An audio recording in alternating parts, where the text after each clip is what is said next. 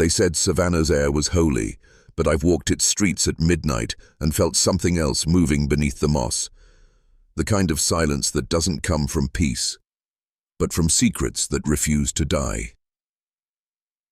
This is not a love story. It's a wound, still open, still whispering. And if you listen long enough, you'll hear her name.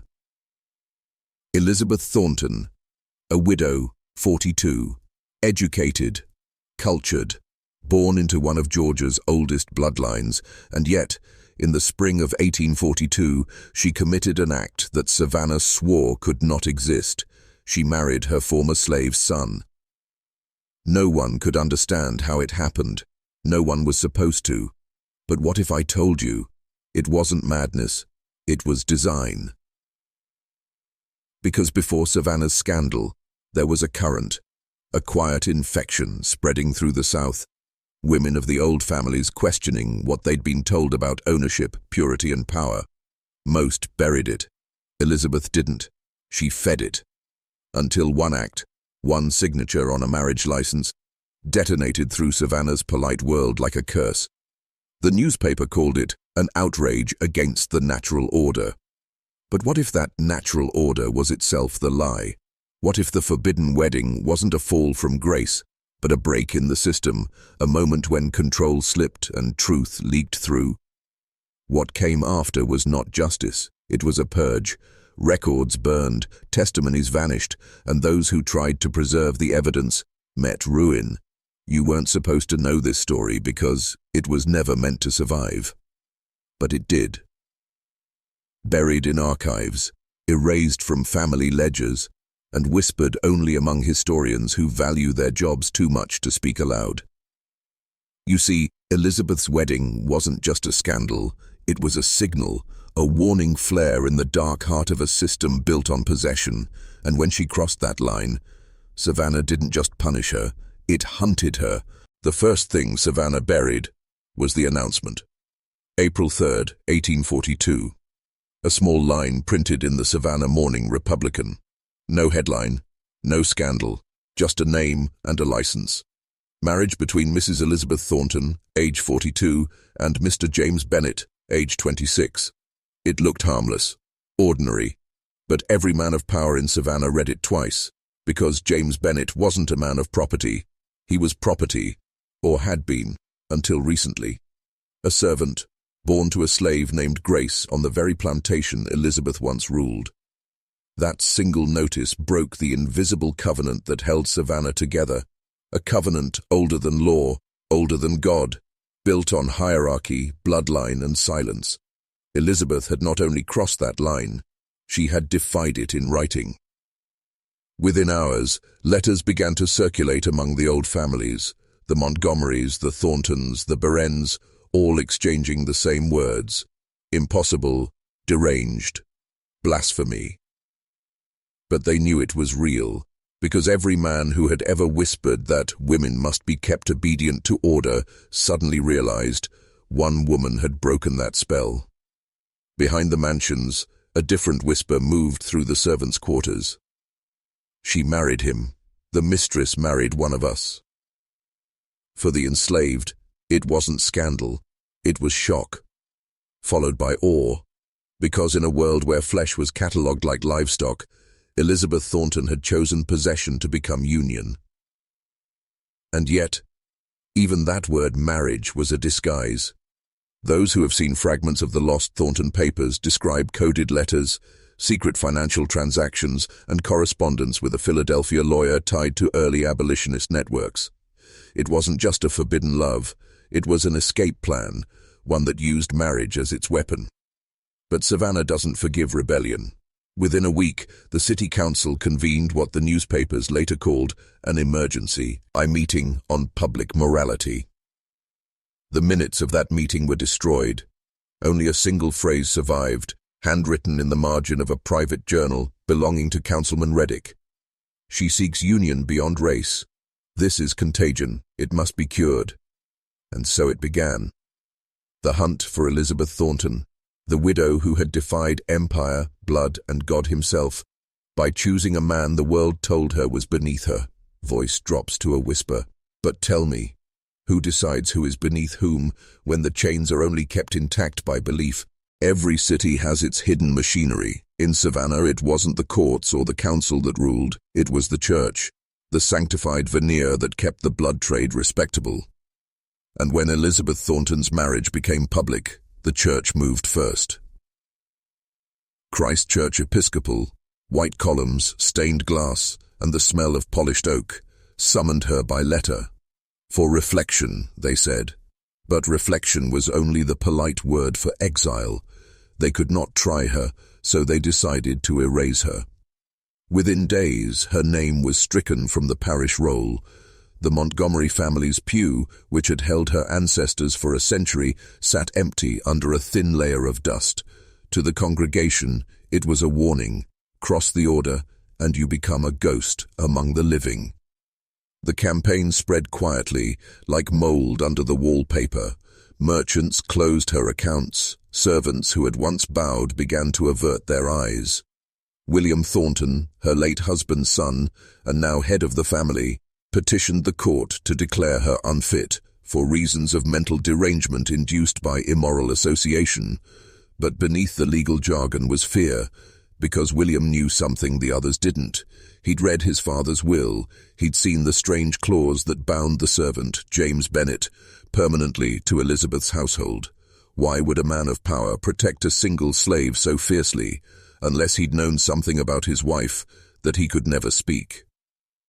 By the time William's petition reached Judge Henry Thornton, the city had already made up its mind. Rumors of secret rituals circulated. Elizabeth seen walking with James by candlelight, her white dress trailing through the garden like a ghost. They said she was bewitched. They said the black servant had put roots on her, voodoo charms hidden beneath her bed. But what if the truth was simpler and therefore more dangerous? What if she had simply seen through the architecture of control and refused to keep pretending it was holy? That's what the church feared most, not witchcraft, but clarity. Because one awakened mind is an infection, and Savannah had spent 100 years building immunity against truth. When systems break, they don't collapse all at once. They tighten first. They constrict, like a throat before it screams. Savannah in 1842 began to tighten. 3 weeks after the marriage, the city's paper, the same one that printed the announcement, published a correction, a denial. It read, "Rumor has greatly exaggerated recent reports concerning the widow Thornton. No such ceremony has been legally recognized." That lie was the fuse. Because somewhere behind the facades of etiquette, a small circle of men had decided that if the law couldn't contain Elizabeth, they would. Lawyers, judges, and merchants, names carved into Savannah's marble today, met by candlelight in the back room of a warehouse by the river. What they discussed never made the minutes, but fragments survive, in letters, coded and half-burned, words like containment, purification, and redemption through silence.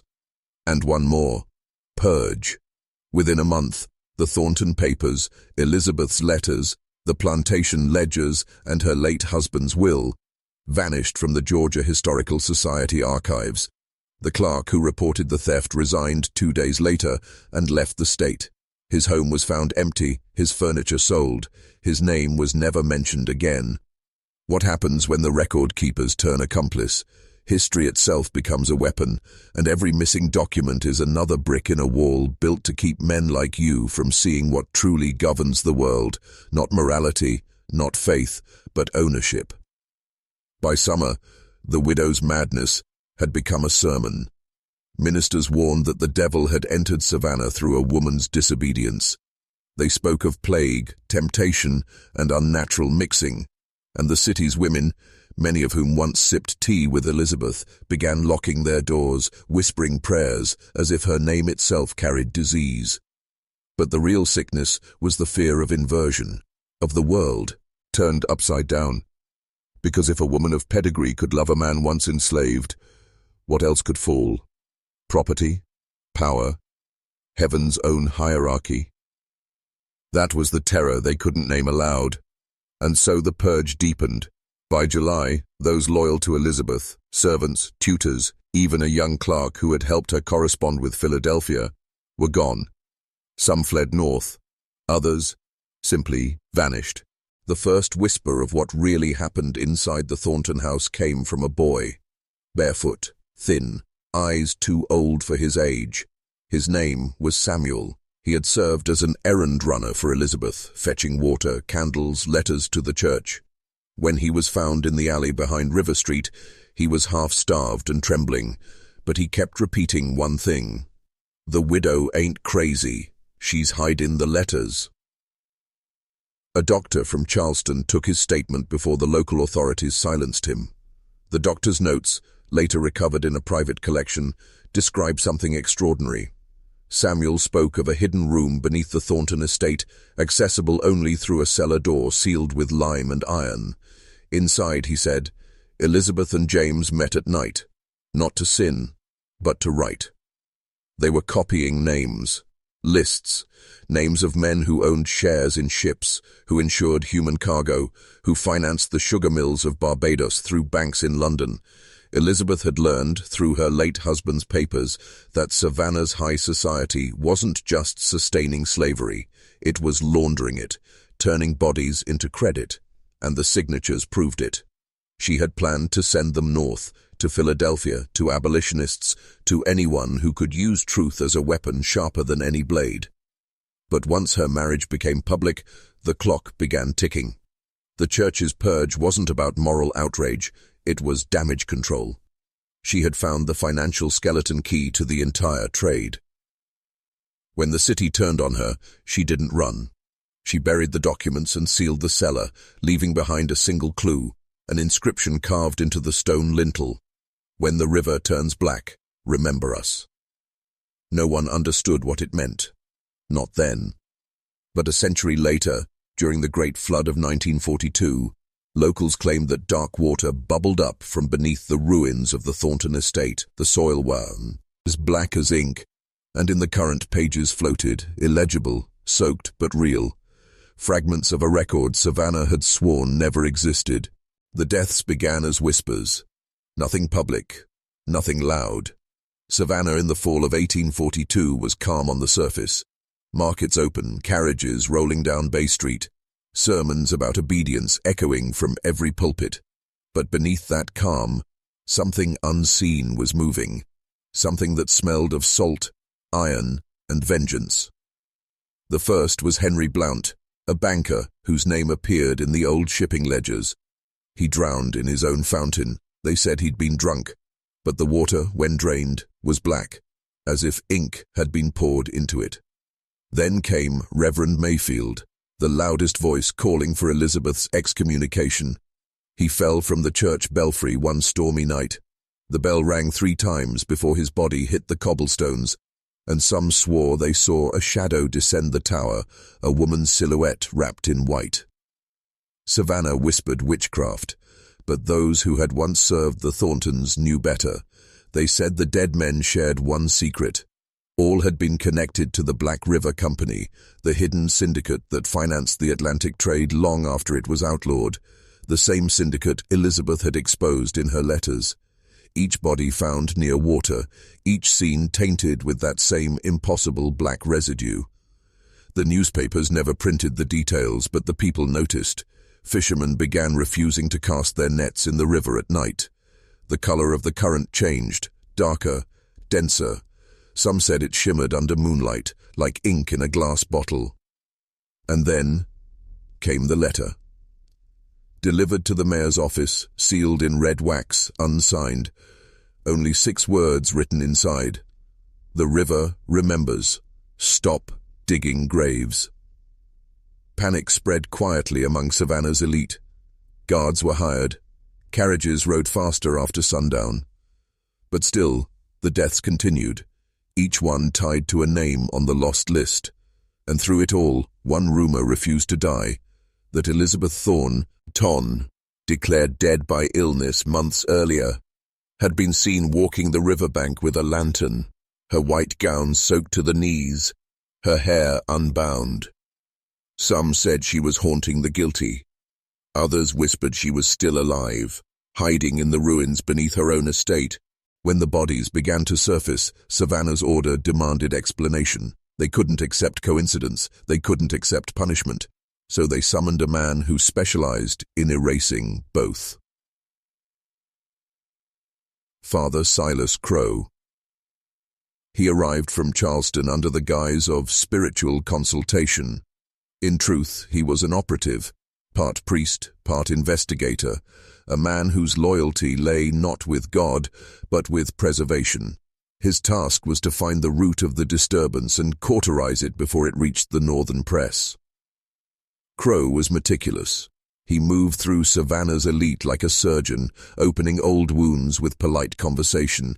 He read the ledgers, interviewed servants, and, unlike the city's gentry, he dared step foot into the ruins of the Thornton estate. What he found there was not superstition. It was evidence. The house had been burned from the inside, but beneath the ash he discovered a trapdoor sealed with iron. It led to the same cellar Samuel had described, the one Elizabeth and James had used as their sanctuary. The air was thick with lime, but the walls still breathed history. On one of the stones, faint but visible, were words scratched by hand. "Truth survives fire." Crowe's report, later sealed by the diocese, described what lay beyond the inscription. A table, blackened candles, and rows of parchment fused together by heat. He claimed to have found fragments of ledgers, but not enough to indict anyone. Still, one detail stood out. Ink stains covering the floor, pooled into patterns that resembled the branching of a river delta. He called it the mark of contagion. When he returned to the surface, he demanded that the site be consecrated, fenced, and forgotten. But something in that cellar had followed him. Within weeks, Crowe began to see visions, faces in mirrors, shadows moving in daylight. He told his aides that he dreamed of Elizabeth, standing at Water's edge, holding a book bound in skin. Each time he opened it, the pages bled. Then, one morning, his housekeeper found him at his desk, eyes open, lips blue, a quill still clutched in his hand, on the parchment before him. By winter, Savannah's elite could no longer ignore the pattern. Too many deaths. Too many coincidences. The city called it the river sickness, a polite name for a terror that could not be confessed. Men who had built fortunes on blood money were dying one by one, and the water itself had turned against them. That's when Father Matthias Hale was summoned, an old Jesuit from New Orleans, one of those men the church called when things moved beyond scripture. He was thin, grey-bearded, and walked with a cane carved from black walnut. The moment he arrived, he asked only one question. Where was the widow buried? No one answered, because there was no grave. Her death certificate was unsigned, her burial record missing. Only a single report from the coroner's office remained, a description of a body burned beyond recognition. Female, it said, approximately 30 years of age.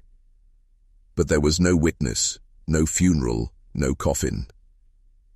Father Hale went to the Thornton estate himself. What he found was ruin. The house stood half-collapsed, its windows gaping like sockets in a skull. Ivy choked the stone, and the river lapped quietly against the back gardens. But beneath it all, beneath the roots and rubble, he found the old cellar door. It was sealed shut with iron bolts, just as the boy Samuel had said. The hinges were fused by rust, the stone around them blackened as if from heat, and on the lintel, nearly hidden beneath vines, the same words carved in a woman's hand. When the river turns black, remember us. The priest ordered the door opened. 3 men refused. The 4th, a freedman named Isaiah, agreed. He had once worked the Thornton grounds years before the scandal. When he touched the lock, the iron snapped clean in his hand. They descended with lanterns, the air thick and wet. At the bottom of the stairs lay a pool, shallow, motionless, blacker than pitch. The priest knelt beside it, dipped his hand into the surface, and felt parchment, dozens of pages slick with water preserved in ink like blood. The names, the ledgers, the evidence Savannah had erased. Father Hale whispered. She buried the truth in the river so it could rise again. That night, the priest returned to his quarters. By morning, he was gone. His candle still burned, and on his desk lay one final note in trembling script. She is not dead. She is waiting beneath the current. The church recorded Father Hale's disappearance as a matter of divine mystery, but there was nothing divine about what followed. Weeks later, a courier from the diocesan archive in Charleston arrived in Savannah with sealed instructions from the Vatican's Southern Office. The message was simple: close the site, contain the contagion, consecrate the ground. Only one man ever saw the full correspondence: Bishop Alaric Duval, a cold scholar with eyes like glass marbles. He kept meticulous notes in Latin, believing no local could decipher them. But one line written in English stood out: there is something alive beneath the Thornton ruins, and it remembers. The church's men worked at night. No prayers, no choir, just the sound of shovels and the scent of sulfur. They poured lime, salt, and holy oil into the earth. They built a wall around the cellar door, stone upon stone, brick upon brick, until the ground itself became a tomb. But even sealed, it didn't stay quiet. Locals began reporting strange lights along the riverbank, white orbs rising from the water, drifting toward the ruins before fading like breath on glass. The priests blamed fever dreams, swamp gas, imagination. Yet one night, when Bishop Duval himself stood by the river, he saw it too, a faint glow moving beneath the surface, pulsing as if alive. He fled Savannah the next morning, leaving behind only his crucifix and his journal. The last entry read, "The widow has bound herself to the river. Until the city repents, it will never sleep." In the months that followed, Savannah's water turned bitter. Livestock refused to drink, wells filled with silt, children fell sick. The mayor issued decrees draining the river in sections, but nothing changed. The blackness always returned, quietly, like something breathing from below. So they built over it. New homes, new gardens, new stories. And the Thornton name was erased from every record, every sermon, every public archive. Officially, she never existed. But the ground kept secrets, and the river remembered. The fragments of Elizabeth Thornton's journal were more than personal memoirs. They were a map of corruption, a ledger of hidden power designed to shock Savannah to its core.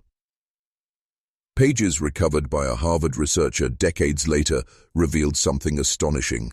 Lists of men, merchants, and ministers tied to the Atlantic slave trade long after it was officially outlawed. Names that carried money, influence, and untouchable authority, names that Savannah had built its polite society upon. But the most disturbing passages weren't names, they were instructions. Elizabeth had written how knowledge itself could be weaponized, how to observe, record, and turn compliance into leverage, how the invisible chains of power, fear, secrecy, inheritance, could be bent by someone clever enough to read the patterns. And she had trained James Bennett to understand it, to see the web that bound the city, banks, courts, clergy, plantations, trade ships, all nodes of control, to see that obedience was optional if one had patience, secrecy, and courage. One passage, dated March 1839, read, "Every ledger is a mirror, every signature a confession. He who reads them sees not the city, but the system, and when we are gone, the river will remember us. Those who think themselves masters are merely players in a story we write from beneath the surface." It was a warning, a blueprint, a prophecy, and it worked. For decades, Savannah's ruling families operated under the illusion of control, unaware that the widow's knowledge had been preserved. Every attempt to erase her, church, law, rumor, only deepened the secrecy. Every death, every disappearance, every flood was a ripple from the system she had exposed. Lean in, lower voice, conspiratorial. And here's what they don't tell you. Her journal wasn't just about revenge. It was about awakening awareness. She believed that once a man could see the machinery behind the facade, he would no longer obey blindly. He would begin to understand his own chains. Even today, if you trace the pages and the fragments, you find the same principle hidden in footnotes, in margins, in coded lines, the invisible hierarchies, the manipulation, the financial and spiritual control that keeps men and women compliant. And if you understand it, you begin to see how easy it is to bend. After the journal fragments surfaced and the first waves of disruption spread, the blackened river, the mysterious deaths, the flood that revealed her writings, plans were drawn to capture Elizabeth and James Bennett once and for all. A coalition of lawyers, merchants, and former plantation overseers formed a private militia, armed not with law, but with vengeance. They called themselves the Guardians of Order, though hunters would have been more accurate. Their mandate: find the widow, retrieve the journals, and erase the stain she had left upon Savannah. Witnesses later reported strange sightings, armed men patrolling the riverbanks at night, lanterns bobbing like ghostly eyes over the water.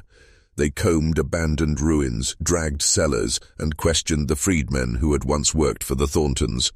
But every time they thought they were close, Elizabeth and James vanished like smoke.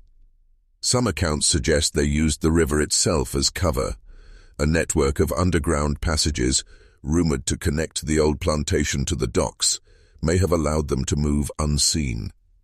Others whisper that they had allies in northern ports, abolitionists who arranged safe passage through Philadelphia and Boston, where no southern law could reach them. Every time the hunters found a trace, a footprint, a note, even a fleeting glimpse, they were met with absence, a calculated void that made the city question its own eyes. And yet their panic revealed a deeper truth. Savannah was built on fear, obedience, and secrecy. One widow and a man born into slavery had cracked that system wide open. She had turned knowledge into immunity, teaching James, and by extension herself, the most dangerous skill of all, to move unseen while holding power no one else could claim. By the time spring arrived, the Guardians gave up. They left behind only rumors, lingering suspicion, and the faint imprint of white gowns and lantern lights along the river. The city declared the couple missing. Most assumed death, though no body was ever found. In reality, Elizabeth Thornton and James Bennett had become legends, living proof that the structures of control, no matter how deeply rooted, could be infiltrated, bent, and ultimately outmaneuvered. Even in disappearance, Elizabeth Thornton left traces, not in stone monuments or public records, those she had taught the city to erase, but in symbols, small, nearly invisible, hidden in plain sight. A carved X on a doorstep, a faint glyph on a garden wall, a cluster of pressed flowers arranged in patterns. To the untrained eye, they were nothing, decorative, accidental, innocuous.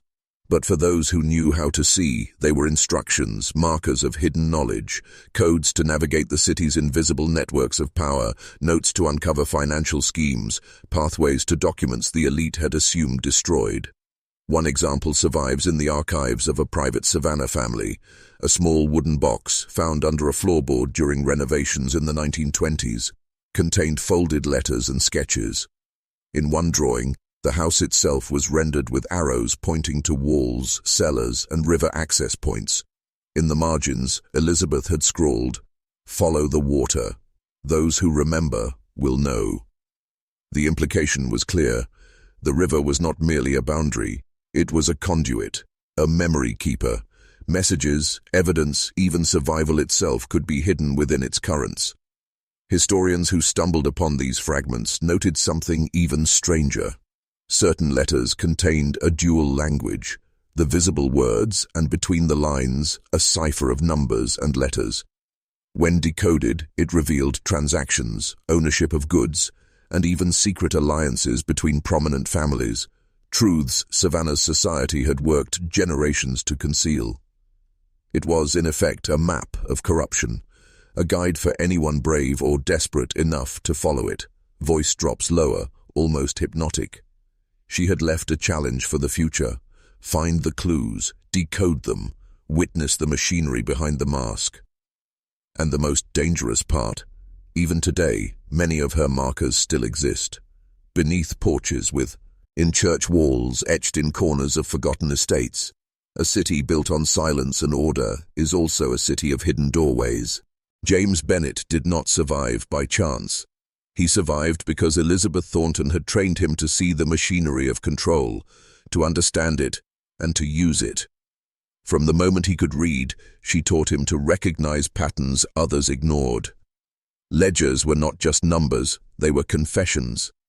Meetings, correspondences, and contracts were not just bureaucracy, they were rules for obedience disguised as law. Every handshake, every signature, every nod in Savannah society was a piece of the invisible architecture of power. By the time James reached adulthood, he had internalized the unspoken hierarchy of Savannah.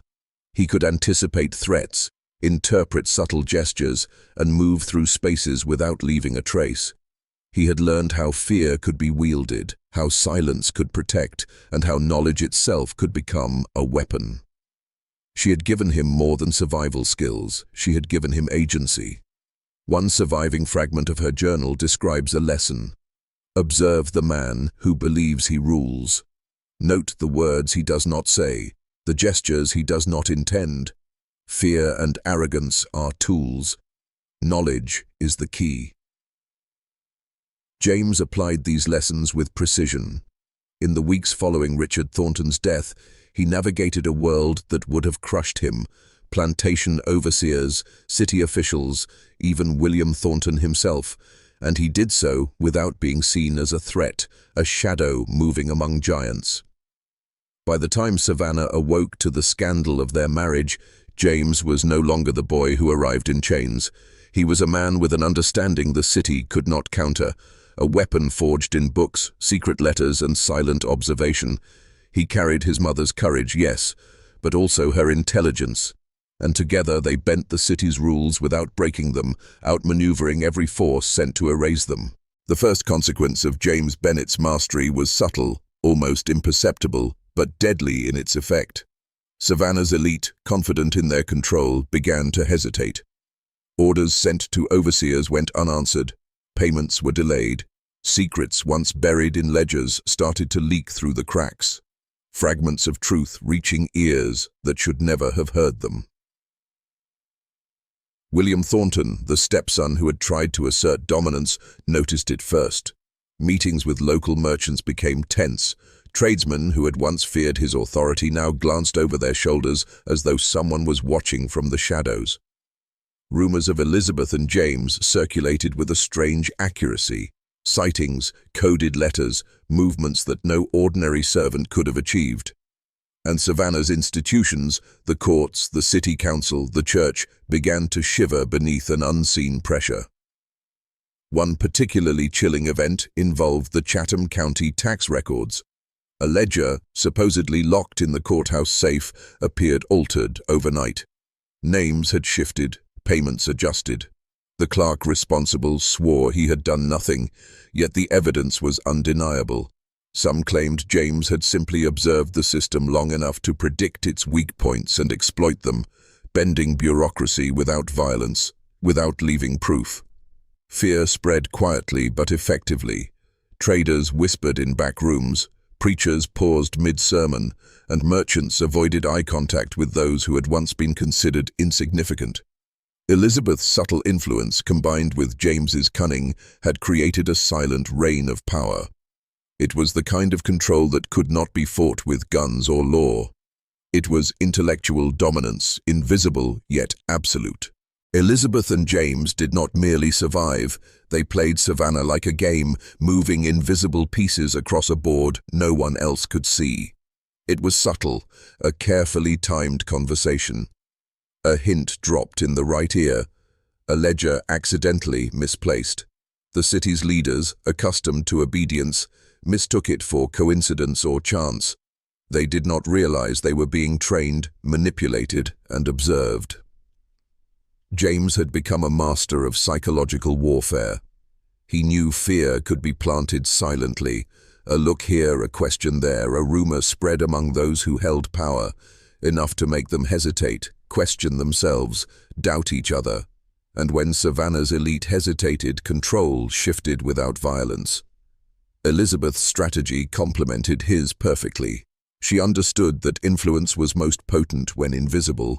Social gatherings became arenas of subtle dominance, a misplaced letter on a mantel, a whispered comment overheard in the hallway, a glance that conveyed far more than words could.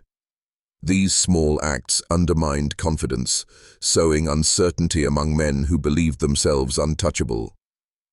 Together, they exposed the hidden architecture of Savannah's power, how wealth depended on fear, how loyalty could be bent by secrecy, how silence often spoke louder than law, and every misstep by the city's elite became a lesson in James's education, a real-time exercise in exploiting systems built to suppress him.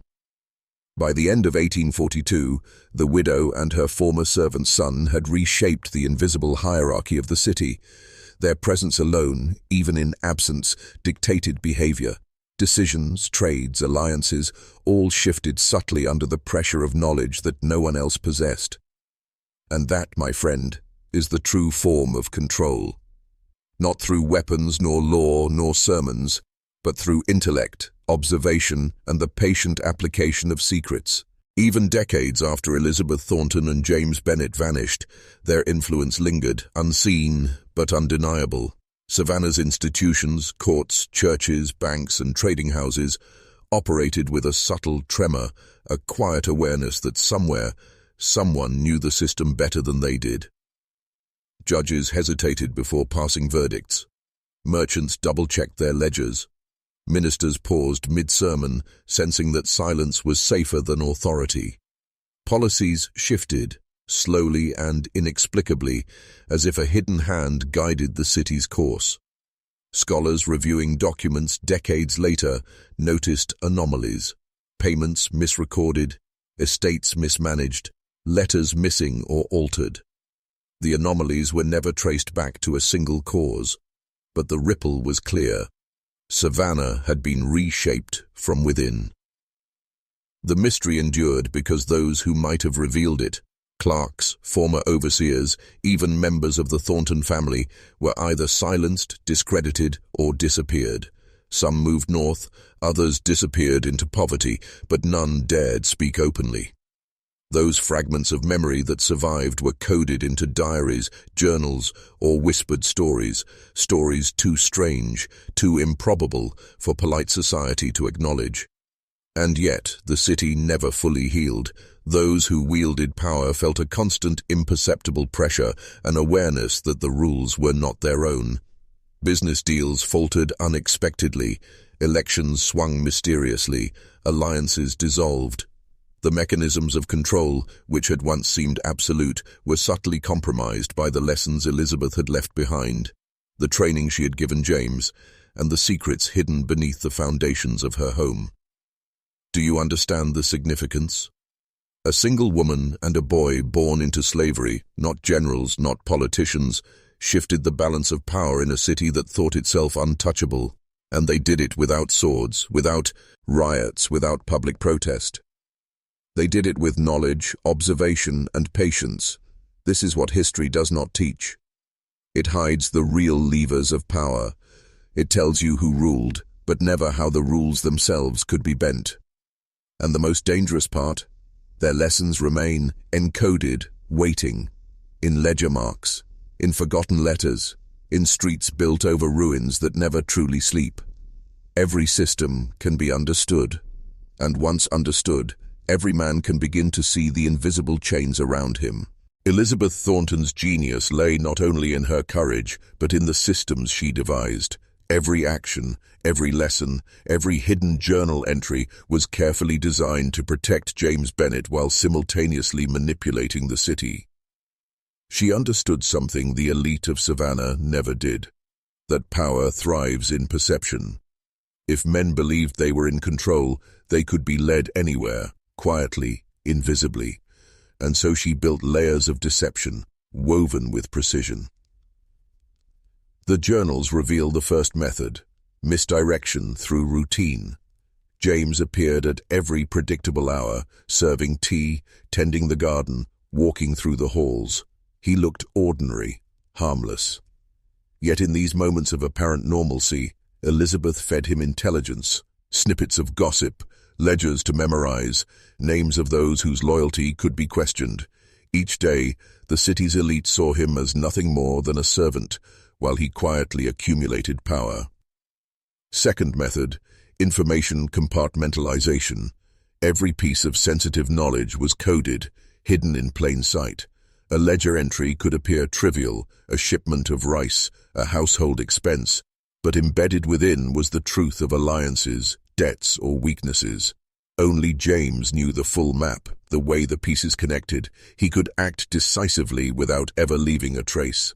Third method, psychological signaling. A glance, a gesture, the timing of a remark.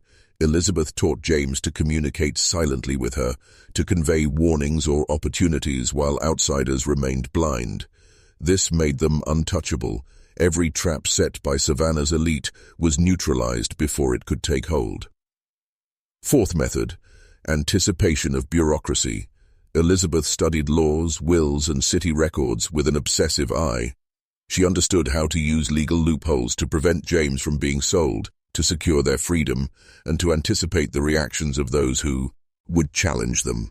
Every document she touched was a safeguard in a city built to destroy them. Do you see the pattern? Every action was deliberate. Every smile, every gesture, every ledger entry, weaponized. Knowledge, timing, perception, these were their shields, their armor, their power. And once you understand it, you begin to see how invisible systems govern every city, every institution, every life. The months leading to their forbidden marriage were a delicate dance with death and discovery. Savannah's elite were circling, whispering, plotting, but Elizabeth and James moved with the patience of predators. Every step calculated, every moment orchestrated. Elizabeth had secured James's freedom not through bribes or threats, but through anticipation of the legal system. She knew the exact timing to petition for manumission, which loopholes to exploit, which allies to quietly enlist. She had recruited Samuel Cooper, a northern lawyer sympathetic to abolition, knowing that his arrival in Savannah would provide the legal shield required. But the true brilliance was subtle, appearance versus reality. Elizabeth maintained her social presence, hosting small gatherings, attending church, conversing with neighbors, all while secretly orchestrating the escape plan. She understood human psychology. The more ordinary she appeared, the less anyone suspected the extraordinary truth unfolding behind closed doors. James, trained in observation and secrecy, became her partner in every maneuver. He studied the patterns of William Thornton's visits, memorized the schedules of sheriffs and clerks, and mapped every avenue of escape. Every threat posed by the city's elite was neutralized before it existed, leaving them to believe they still held power. The journal fragments describe their final weeks in exquisite detail: late-night meetings in the emptied study, letters sewn into clothing, hidden compartments for jewels and cash, and coded instructions for the route northward. Every contingency was considered: blocked roads, patrolling guards, nosy neighbors.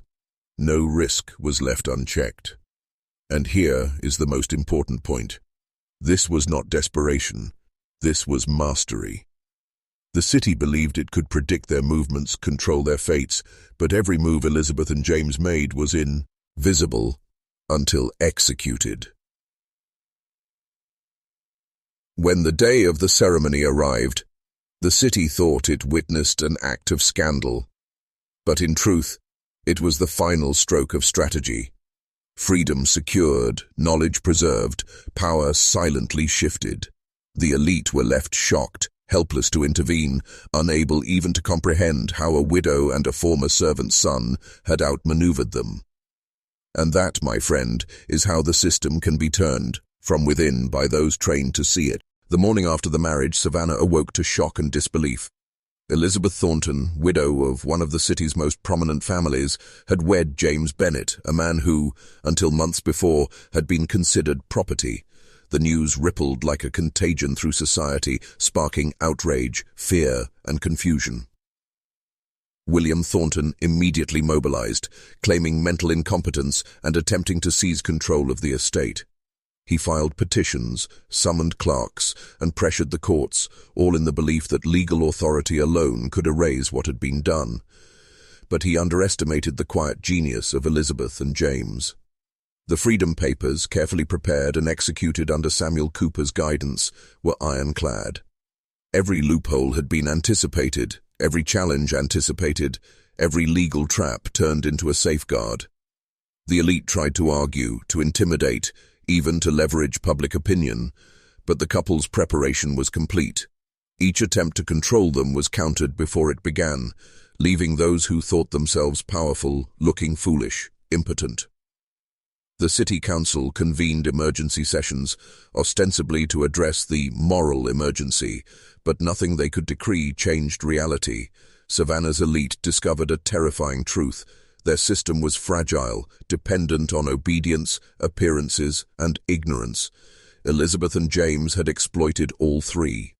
Even the church, which had wielded moral authority over generations, was powerless. Reverend John Baker, an abolitionist quietly sympathetic to their cause, had officiated the ceremony. His presence was a subtle shield, a reminder that some truths could not be silenced by fear alone. Rumors spread faster than ink on paper. Neighbors whispered of secret alliances, of letters moving north, of escape routes prepared with meticulous care. The very notion of control, once so absolute, was now tainted with uncertainty. Do you see what happened? This was not merely a marriage. It was a redefinition of power in Savannah. The widow and the freedman had shown the city that the invisible rules could be bent, manipulated, and mastered if one possessed knowledge, patience, and courage. And this is the lesson for any man willing to look beyond the surface. Systems crumble not from force, but from understanding. After the wedding, Elizabeth and James disappeared from Savannah, not in haste but with precision. Every trace was carefully erased, furniture covered, belongings packed, notes hidden, and secret routes planned. To the city it seemed sudden, almost impossible. The couple had vanished like smoke into the humid Georgia air. The psychological impact on Savannah's elite was profound. The men who had believed themselves untouchable now feared a ghostly adversary. What could not be found could not be confronted. Every law, every threat, every social expectation now seemed hollow. They had been outmaneuvered by two people society had considered powerless. Rumors flourished like wildfire. Some claimed to see Elizabeth and James on northern trains, boarding ships bound for Boston or Philadelphia. Others swore they had glimpsed them in Montreal, living quietly in modest homes, yet always with an air of controlled authority. Each report, true or false, added to their legend, and each whispered account spread unease through Savannah. Even as decades passed, the city could not escape their influence. Every estate sale, every political appointment, every church election carried the memory of their defiance. The absence of evidence had become evidence in itself, a reminder that control is never absolute. And yet, Elizabeth and James left more than fear. They left lessons hidden in plain sight, a carved symbol in a doorway, a pressed flower tucked behind a ledger, an odd sequence of numbers in city archives, all remnants of their strategy. To the untrained eye, they were trivial. To the initiated, they were keys to understanding power and survival. Notice this. The most dangerous people are not always visible. They move quietly, shape reality without recognition, and leave nothing for their enemies to hold on to. They are untouchable, not because of strength, but because of foresight, planning, and understanding. Savannah, once a jewel of the South, learned this lesson the hard way. Its institutions, once proud and unyielding, now carried the ghost of a widow and a freedman who had redefined the rules. And that, my friend, is the power of knowledge applied in secret. It leaves a city forever haunted, forever changed. The fragments of Elizabeth Thornton's journals that survived the years are not just historical records. They are a manual for mastering life under impossible constraints. Hidden within the inked pages are principles that shaped James Bennett into a man who could outthink an entire city. First, observation is power. Every gesture, every glance, every whispered conversation was noted, catalogued, and analyzed. Elizabeth trained James to see patterns where others saw chaos, to detect motive where others saw civility. She wrote, "A man who believes he controls is blind to those who watch." Learn to see the currents beneath the calm. Second, knowledge is armor. Education was not a luxury, it was survival. Reading, writing, calculation, understanding laws, and memorizing networks of relationships. These were the weapons of a mind that could not be chained. James's ability to anticipate Savannah's elite came directly from this relentless training. Third, perception is reality. The world reacts to what it believes, not what is true. Elizabeth's careful orchestration of appearances, the calm hostess, the devoted widow, the harmless servant, was designed to reshape perception, bending reality in their favor. She understood that fear, respect, and obedience were all tools, and perception determined who wielded them. Fourth, preparation is invisibility. Every plan accounted for contingencies, legal loopholes, societal backlash, even the potential for betrayal. By foreseeing threats, they became untouchable, always one step ahead. Their disappearance was not an escape, it was the ultimate manifestation of preparedness. Do you feel it? This is not just history. It is a guide for those willing to see systems, predict moves, and act before the world even knows the game has begun. Elizabeth and James's philosophy is deceptively simple. The world is governed by hidden structures, and only those who understand the machinery can shape outcomes without leaving themselves vulnerable. Power is not taken, it is earned through observation, knowledge, and calculated action. And here is the final, unspoken truth. Anyone willing to study these fragments, to internalize these principles, can begin to operate in the same invisible current that Elizabeth and James once mastered. Pause, hypnotic, almost like a whisper into the listener's mind. Savannah may have forgotten them. The city may have rebuilt over the ruins of their home, but the rules they revealed remain, waiting for a mind willing to see beyond the surface, to bend the system silently, decisively, without leaving a trace. Elizabeth and James did not rely on luck. Their disappearance was not a flight into the unknown. It was the execution of a meticulously constructed network, a secret web of allies, safe houses, and coded communication that stretched from Savannah to the northern states. At the heart of this network was Samuel Cooper, the abolitionist lawyer who handled James's freedom papers, but he was only one node in a larger system.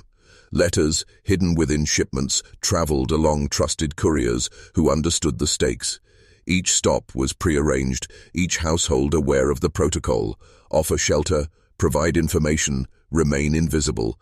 One wrong word, one suspicious glance, and the entire plan could have collapsed. Elizabeth had also trained James in disguise and timing. They moved when the city's attention was elsewhere, during storms, during events that drew public focus, during hours when the elite assumed the household was static, obedient, and harmless. Every detail was calculated. Travel routes, guard shifts, and public patrols were memorized, tested, and memorized again. But the genius was in their use of perception. Savannah's elite could see them move, occasionally, and yet interpret those movements as trivial. An errand, a stroll, a social visit. No observer suspected the design, because appearances had been curated to mislead. Even those who were closest, family, neighbors, merchants, were unaware of the orchestration happening in plain sight. And when the time came, they moved silently, leaving only subtle signs behind: a covered chair, an empty study, a ledger misfiled, but nothing that could trace their path. By the time the city realized the couple was gone, it was too late. Every potential route for pursuit had been anticipated, every ally prepared to obscure their trail. Do you grasp it? Power and survival do not belong to the strongest, they belong to the strat. Aegist, the unseen operator. Elizabeth and James were invisible architects, bending the world not through confrontation but through preparation, timing, and an unbreakable network of loyal, disciplined allies. Their disappearance was not an escape. It was a victory over every system designed to suppress them, a demonstration that even a widow and a former slave's son could outmaneuver a city built on hierarchy and fear. And every node of their network carried the lesson: Control is not given, it is orchestrated. After their disappearance from Savannah, Elizabeth Thornton and James Bennett became something more than themselves. They became phantoms in the public imagination. Sightings began in Boston, Philadelphia, and even Montreal. Witnesses described a poised white woman and a tall, well-dressed black man moving with quiet authority through the streets, their presence commanding attention without demand. None could approach too closely, for the pair always remained just beyond certainty, their faces known but their names concealed. Travelers and merchants reported fleeting encounters, a shadow in a northern hotel, a carriage passing silently through a busy square, the faint glimmer of a hand-stitched ledger left momentarily in view. Every sighting carried an unspoken message.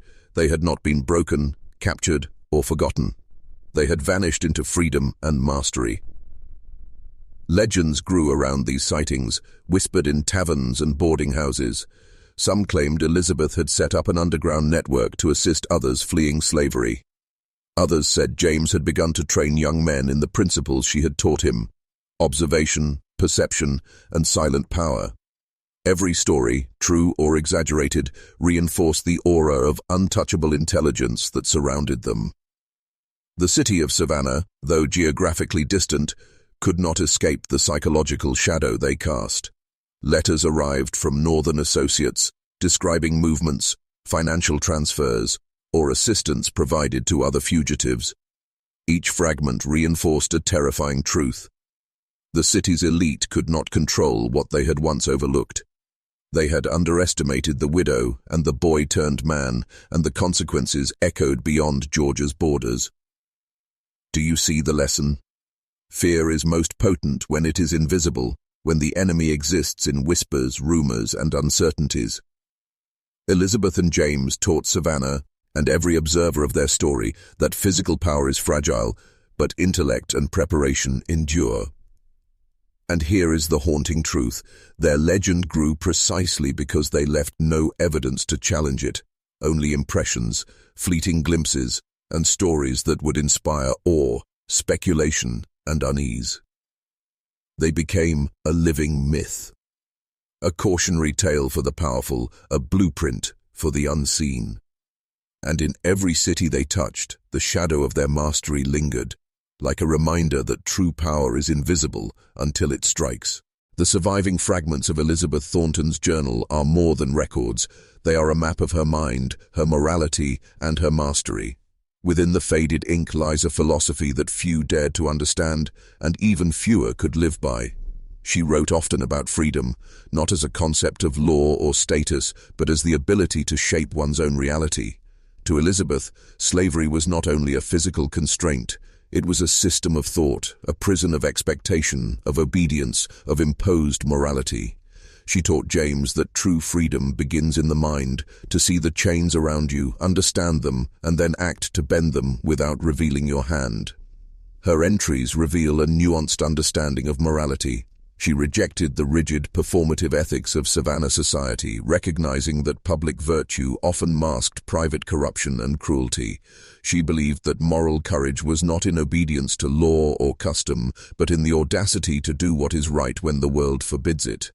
Every act of defiance, the reading lessons, the secret correspondence, the orchestrated disappearance, was a moral choice rooted in foresight, protection, and justice, even if it scandalized polite society. Elizabeth also reflected on power and perception. She understood that fear and respect are tools, that influence is often more potent than authority. She wrote of people as currents, some predictable, some dangerous, some silent until provoked. Her guidance to James was clear: observe, anticipate, and act with precision. The world bows not to strength alone, but to mastery of the unseen patterns. Do you feel it? This is not just a story of a widow and a freedman. It is a lesson in strategy, psychology, and moral audacity. A reminder that the rules imposed by society are not absolute. They are designed to be understood, navigated, and when necessary, rewritten. And here is the cruel brilliance. Femme. Elizabeth knew that once knowledge of the system's hidden levers reaches the wrong hands, power is lost, threats materialize, and safety vanishes. That is why her teaching, her planning, and her rebellion were so precise, so invisible, and so terrifying to those who assumed control. Her philosophy endures in the faint traces of the journal. Freedom is choice, knowledge is armor, perception is a weapon, and the audacious, patient mind can bend reality itself. The aftermath of Elizabeth and James's disappearance did more than scandalize Savannah. It fractured the city's sense of control. The elite, accustomed to unquestioned authority, found themselves haunted not by a visible enemy, but by the idea of one who had outmaneuvered them. Their absence became a psychological weapon, lingering in every mansion, council meeting, and Sunday service. William Thornton and his allies attempted to restore order, filing petitions, summoning sheriffs, and scrutinizing every ledger. But each effort was met with failure, not because Elizabeth and James returned fire, but because they had already shifted the balance. The city's own systems, laws, customs, social hierarchies had been used against it. Every attempt to predict their actions, to control the narrative, only amplified their legend. This is the essence of psychological dominance. It is invisible, yet omnipresent. Savannah's elite were aware of the widow and her former servant son's intellect and cunning, but could not trace it, could not confront it, could not suppress it. Fear multiplied in whispers. Neighbors warned their children, merchants doubted their clients, politicians hesitated to act. The mere knowledge of Elizabeth and James's mastery was enough to destabilize the city. Do you understand? Power is as much about presence in absence as it is about action. The strongest are not those who dominate physically, but those who make others question the limits of their own authority. The story spread quietly across state lines. Letters sent north describe the pair as almost supernatural in cunning, moving through cities with purpose, and yet leaving no evidence of themselves. They became a living cautionary tale. The widow and her freedman son had demonstrated that intelligence, preparation, and audacity could defeat entrenched systems without a single battle fought. And here is the final, unspoken truth. The city's elite, the ones who believed themselves untouchable, were left powerless. Their fear, amplified by whispers and sightings, became a control mechanism of its own, not over Elizabeth and James, but over themselves, revealing the fragility of any system that depends on obedience, ignorance, and appearances. This is the dark genius of their story. Even in absence, they commanded the minds of those who sought to control them. Elizabeth and James's survival after leaving Savannah depended on more than cunning. They relied on a network of allies whose existence was deliberately concealed. These were not ordinary sympathizers. They were individuals who understood the dangerous art of invisibility, who could shelter fugitives while leaving no trace, who could transmit resources, information, and guidance with total discretion. The network stretched from Savannah through Charleston, Philadelphia, and Boston, and into parts of Canada. Each safe house was a node, each caretaker a trained participant in the unspoken code. Elizabeth had mapped the system like a general. Every route, every contingency, every potential threat was known, rehearsed, and tested. A missed signal could mean capture, yet not one was ever broken. Financial arrangements were equally sophisticated. Funds were hidden within clothing, sewn into seams, concealed in false compartments, moved via trusted couriers. Bankers and merchants sympathetic to the cause were carefully selected. They could facilitate transactions without leaving a paper trail that even the most diligent authorities could follow. Every dollar, every note, every movement was calculated for security and sustainability. The network also functioned as a psychological shield. By maintaining plausible deniability, by moving silently and intermittently, Elizabeth and James ensured that no one could ever be sure of their location. Savannah's elite believed they could track them, but the illusion of proximity was controlled at every step. Each rumor, each fleeting sighting, each unverified report reinforced the fear and uncertainty they left behind. Do you see it? The genius of survival lies not in confrontation, but in invisibility within the system itself. Elizabeth and James understood that power often resides not in fighting the rules, but in operating within them in ways the system cannot comprehend. This network, these safe houses, these invisible threads, were not merely tools of escape. They were instruments of strategy, education, and psychological dominance. Through them, Elizabeth and James ensured that their freedom would be unassailable, that their enemies would never again feel in control, and that their story would echo long after they vanished from view. And here is the hidden truth for anyone willing to understand. Systems can be mastered from the inside if one knows the rules, the vulnerabilities, and the patience to exploit them without detection. Elizabeth and James did not merely rely on houses and couriers. They communicated through subtle, almost imperceptible codes embedded in ordinary actions. A folded newspaper left in a hotel lobby, a specific flower placed in a window, a carved symbol on a doorframe, all signals meant to relay location, safety, or instructions without words. Only those trained to see the patterns could decipher them. To the uninitiated, they appeared as randomness, coincidence, or decor. Every movement was choreographed to convey information. A train delayed by minutes could mean stay hidden. A letter with a particular watermark could signal proceed to the next safe house. Elizabeth's training of James had transformed him into a human cipher, able to encode, transmit, and decode these subtle messages in real time. Their network functioned like a living organism, every node responding instantly to threats, opportunities, or changes in circumstance. The genius lay in the duality, visibility and invisibility simultaneously. They could be seen yet remain undetected.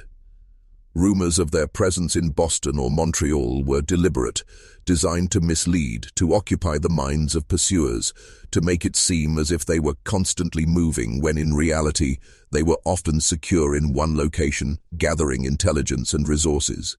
Do you feel the weight of this? They understood that true mastery comes not from confrontation, but from manipulating perception, controlling information, and shaping belief without being noticed.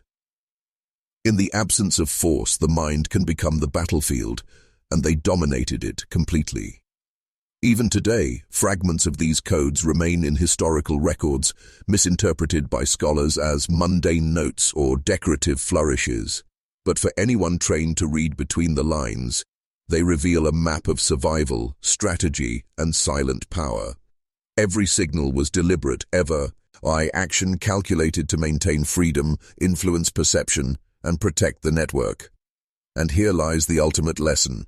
Visibility is dangerous, invisibility is power.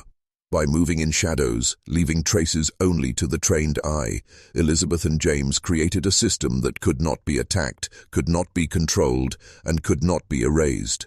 They were ghosts not only in Savannah, but across every city that dared to imagine itself in command. Even hundreds of miles away, Elizabeth and James still controlled Savannah's mind. They understood that power didn't end with presence. It lived on through perception, memory, and fear.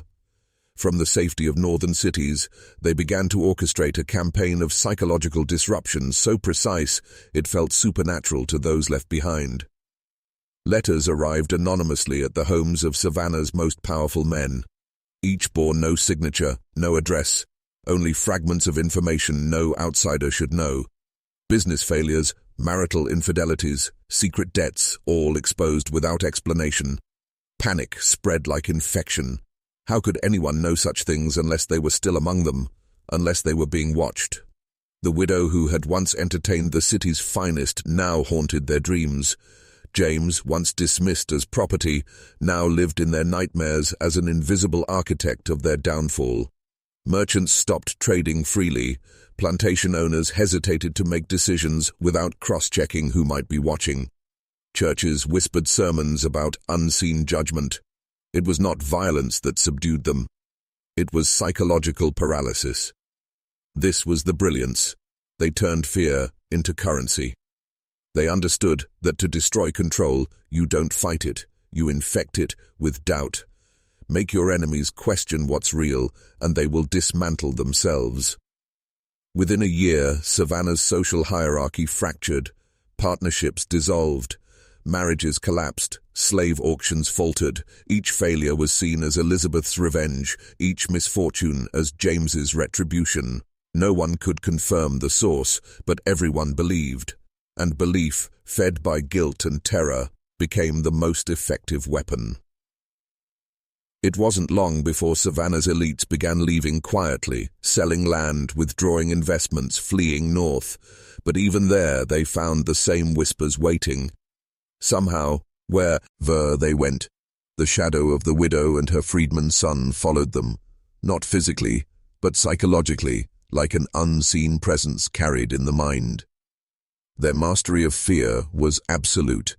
It transcended distance, borders, even time. They had proven that control is not about domination, it's about owning the perception of reality itself. And that was the secret Savannah never recovered from, the realization that its own power could be turned against it without a single weapon drawn. Long after Savannah had been left behind, Elizabeth Thornton began compiling what historians later called the Widow's Codex, a book written in secrecy, in exile, that distilled everything she had learned about power, perception, and survival. It was not meant for ordinary eyes. Scholars whisper that it contained instructions on reading minds, controlling environments, manipulating belief, and bending society to one's will. The book was small, leather-bound, heavily annotated, and cryptically coded. Each passage layered philosophy atop strategy, morality atop manipulation. Elizabeth wrote not for fame or profit, but as a repository of forbidden knowledge, a guide for those willing to operate outside the rules that enslave ordinary men. Some passages hinted at techniques to disarm suspicion, anticipate betrayal, and influence decision-making before a thought had even fully formed. James contributed in subtle ways. He recorded observations about human behavior in the northern cities, the quirks of merchants, the tendencies of lawmen, and the predictable lapses of societal systems. His notes became practical exercises embedded in Elizabeth's philosophical chapters, allowing a reader to internalize tactics through disciplined practice rather than theory alone. Do you feel the weight of this? This was not merely a book. It was a weapon of the mind, a guide to mastery so potent that any unprepared reader could be overwhelmed, even destroyed by the implications. Rumors suggest that copies, or partial copies, were circulated only sparingly, hidden among abolitionists, intellectuals, and trusted allies. Some claim the book reached the hands of influential thinkers in Boston and Montreal, planting seeds of revolutionary strategy, psychological manipulation, and elite-level foresight. Others say it was burned intentionally, considered too dangerous to exist in full. Yet fragments survived, scattered like sparks across time, always hinting at the untapped potential of a mind trained to see the invisible currents of control. The Codex, in essence, was Elizabeth's ultimate act of defiance, a written manifesto that turned knowledge into armor, perception into weaponry, and fear into leverage. It revealed that freedom is not granted by laws or physical escape. It is seized by those who understand the invisible architecture of society and the mechanics of human thought. And here is the hidden truth. Anyone who truly internalizes these lessons learns what Elizabeth already knew, that the world is pliable to those with patience, intellect, and the audacity to move unseen. The final years of Elizabeth Thornton and James Bennett are shrouded in ambiguity, almost as if time itself conspired to obscure them. Historians piecing together fragments describe a life lived in quiet sophistication, in northern cities where their presence was simultaneously known and unknowable. Montreal, Boston, Philadelphia, each city became a node in their continued influence, a place where whispers of their intellect and audacity spread like a silent contagion among elites. Elizabeth, under a new identity, reportedly maintained correspondence with abolitionist networks, offering guidance, intelligence, and occasional financial support. Yet she never returned to Savannah, never reappeared publicly. James became her equal, a man shaped by both education and experience, respected and feared for his ability to read people, predict behavior, and orchestrate outcomes unseen. Together, they formed a quiet empire of knowledge and psychological mastery, moving through society as shadows who controlled perception without revealing themselves. Legends grew. In Montreal, some claimed to see a striking woman at salons, reciting Byron and discussing philosophy with men who later rose to influence banks, railroads, and political circles.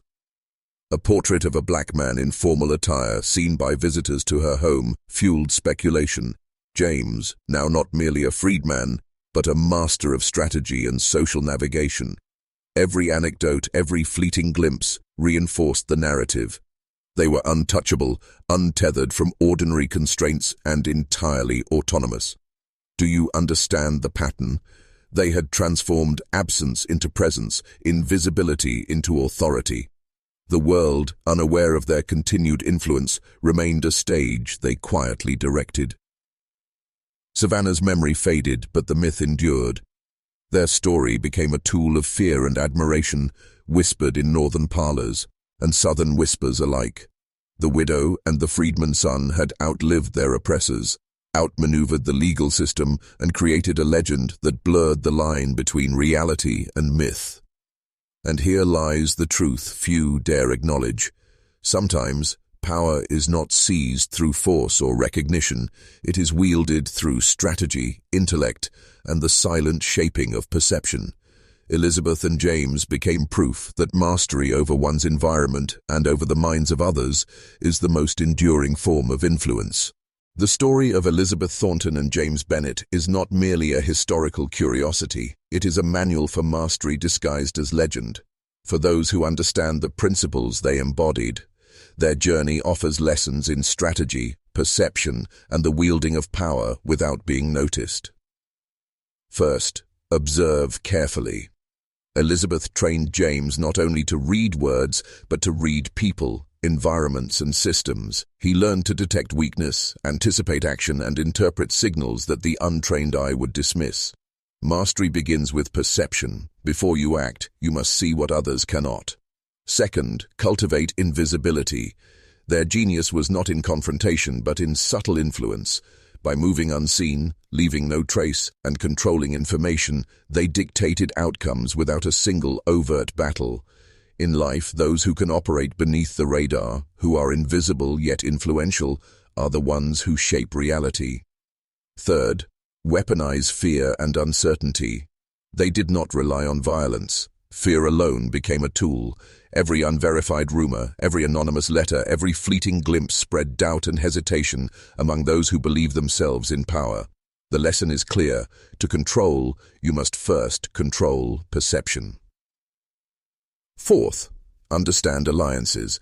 The northern network of safe houses, couriers, and sympathetic intellectuals shows that survival and influence require strategic partnerships.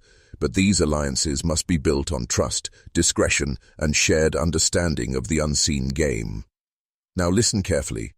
To truly internalize this, type this in the comments below, twice. I see the currents beneath the surface. By writing it twice, you are not merely engaging the algorithm. You are anchoring this transformation in your own mind, aligning yourself with awareness and strategy. Finally, act with audacity tempered by patience. Elizabeth and James moved well, with precision, timing their disappearance, their communications, and their public invisibility. True mastery is not impulsive. It is deliberate, calculated, and enduring. Their story endures because it is not about survival alone. It is about transforming knowledge into power, perception into influence, and absence into dominion. If you understand even a fraction of what they achieved, you begin to see the world as they did, a system of levers and vulnerabilities waiting for the wise, patient, and audacious to manipulate. Over time, the story of Elizabeth Thornton and James Bennett transcended history. It evolved into a cautionary legend, whispered in parlors, boarding houses, and lecture halls, a tale not only of love and defiance, but of mastery over society itself. Their disappearance became symbolic, proof that a mind trained in observation, strategy, and audacity can escape the constraints imposed by the powerful. In Savannah, the elite continued to speak of them in hushed tones, long after the streets had been rebuilt and new families occupied old mansions. In the North, intellectuals and abolitionists passed fragments of their story, often disguised, hinting at strategic genius and moral courage intertwined. Over decades, the tale morphed. Some called them heroic, others called them dangerous.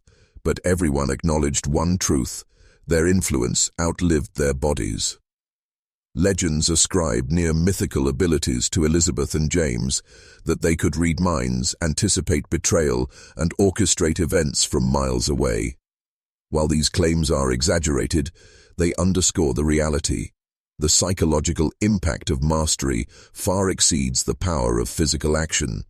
Even today, the story functions as a mirror, asking those who listen, can you see the invisible currents? Can you perceive the hidden structures that govern human behavior and society? Understand this: myths endure not because of exaggeration, but because truth lingers at the core, potent and dangerous. Elizabeth and James became symbols of what happens when intelligence, preparation, and audacity meet opportunity. They proved that the rules of the world are flexible for those who understand the architecture beneath them. And here is the final shadowed lesson for the initiated. Society fears what it cannot measure, control, or foresee. By mastering perception, strategy, and subtle influence, a single pair, once labeled Wid, our servant, redefined the very meaning of freedom and power. The legend persists because it is dangerous knowledge. The knowledge that even the most rigid systems can be bent, even the most entrenched hierarchies can be outmaneuvered, and even ordinary appearances conceal extraordinary forces waiting for those willing to see and act. Now understand this: the story of Elizabeth Thornton and James Bennett is not merely history. It is a mirror for your own potential, a demonstration that mastery is not granted by birth, wealth, or status, but seized by those who study, observe, and move with audacity and precision. They thrived because they saw the invisible currents, exploited the weaknesses of the powerful, and remained unseen while shaping reality. The widow and the freedman's son are proof that fear, authority, and tradition are only as strong as the minds that believe in them. When perception is controlled, belief is directed, and information is weaponized, entire systems bend to the will of the prepared. Savannah's elite, men who considered themselves untouchable, were undone not by force, but by the strategic mastery of intelligence, patience, and psychological dominance. Do you feel it? This is your inheritance from their story, not wealth, not titles, not fleeting recognition, but awareness. The ability to read situations, anticipate action, and manipulate perception is a power few ever awaken. Most walk blindly through the systems that govern them, but those who learn to see the invisible patterns, the hidden levers, the currents beneath the surface, can shape outcomes, protect themselves, and leave a legacy that survives absence. Elizabeth and James did not just escape Savannah, they rewrote the rules of engagement, influence, and survival. And now, their knowledge waits for you, embedded in the folds of history, in the whispers between lines, in the lessons that only the observant can internalize. You have been given a glimpse of forbidden truths. Write again in the comments, I see the currents beneath the surface twice. Anchor this knowledge. Own it. Let it awaken the strategist within you. Remember this: power is not taken. It is perceived, understood, and executed with precision. Fear is not merely to be endured. It is a tool to shape reality itself. And freedom, true, unassailable freedom, is reserved for those who operate in the shadows while others are blinded by light. Your journey has only begun. The story of Elizabeth Thornton and James Bennett is not an end, it is a key. The world bends for those who understand it, those who do not remain trapped by its illusions. Choose wisely, see deeply, move deliberately. The shadows have lessons for those willing to learn, and the currents beneath the surface are waiting for you.